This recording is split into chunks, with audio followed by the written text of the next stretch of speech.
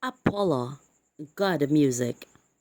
Leto, the daughter of Titans, walked in black robes, not because she didn't like colors. No, she adored colors. Leto's favorite thing was walking after a downpour under a sky made marvelous by the trick of Iris and Helios. Iris was a granddaughter of Pontus and a Titan, and Helios, the sun itself, was the child of Titans. They made the heavens arc with rainbows. The desperate felt hopeful, the timid felt emboldened, the bold grew ready to charge. But Latu didn't want to raise hopes herself, nor embolden others, nor be the target of the charge. Colors uplifted the spirit, but also agitated. Black was kinder. Black settled the spirit. So it wasn't her fault when Zeus's eye fell on her. Everyone knew Zeus's eye obeyed no limits. He was a brash, entitled, bossy fellow, yet somehow Leto felt sympathy for him. It couldn't be easy ruling the universe. Her fingertips fluttered her cheeks, and she cried inside for him. Besides, he was beautiful, so she accepted him as her husband. But when she found herself with child, she looked for a suitable birthing place. She expected welcome everywhere. This was Zeus's child inside her. Instead, she was closed out. A rumor had it that the child would grow to be feared as much as Zeus. What? Gentle Leto would bear a god who made others tremble? How could it be? Certainly, some land somewhere would know this was a good child. She walked the earth round and round until her feet felt like stumps. And then the pains came. They started in her belly, but they moved swiftly to her back, excruciating. The goddess Hera, Zeus' sister, came and put her arms around Leto and took her up to Mount Olympus. Hera whispered comfortingly. She pushed Leto's lovely tresses away from her face and put cooling compresses on her cheeks and forehead.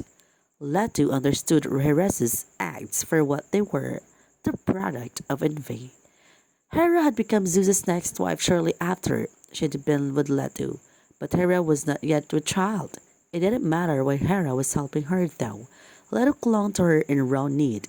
For 9 days and nights, Leto's body struggled with the pains of labor. Then it dawned on her.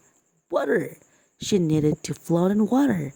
She rolled down the mountain to the sea, and the waves washed her to the little island of 𝗧𝗂𝗢𝗟, where her daughter Artemis slipped from her as easy as a stream.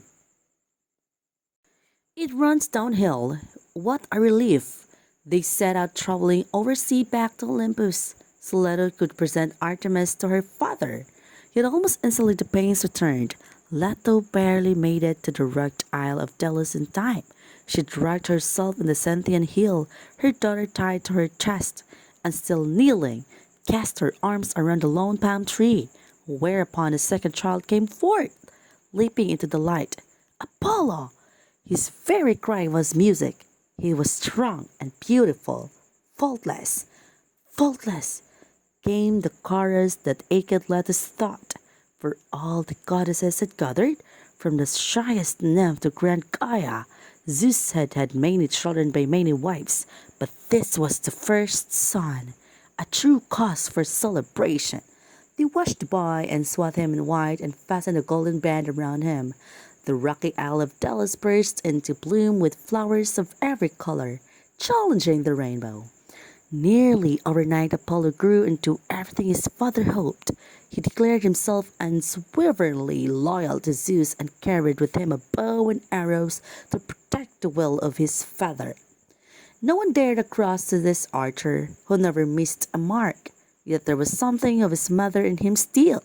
In peaceful moments, he played the lyre his younger half-brother Hermes gave him, and he often called to his side the Muses, 9 daughters of Zeus and the Titan 𝗵𝗵𝗏, who sang with harp voices and resonated in the listeners' hearts, and danced with light, agile feet that made the surface of the earth move in rhythm. Apollo saw them as his personal ornaments, and he often rode with the sun god Helios, source of colors. In his chariot across the wide sky, Apollo fancied himself as bright as the sun, and since he had been born on the 7th day of the week, thereafter the day became known as Sunday. Leto doted on Apollo. When he was tired, she'd unstring his bow, close his quiver, and hang all the golden peg in Zeus' palace. She'd bid him sit, patted his shoulder while Zeus gave him nectar of the golden cup. It's no surprise that Apollo became the haughtiest of gods.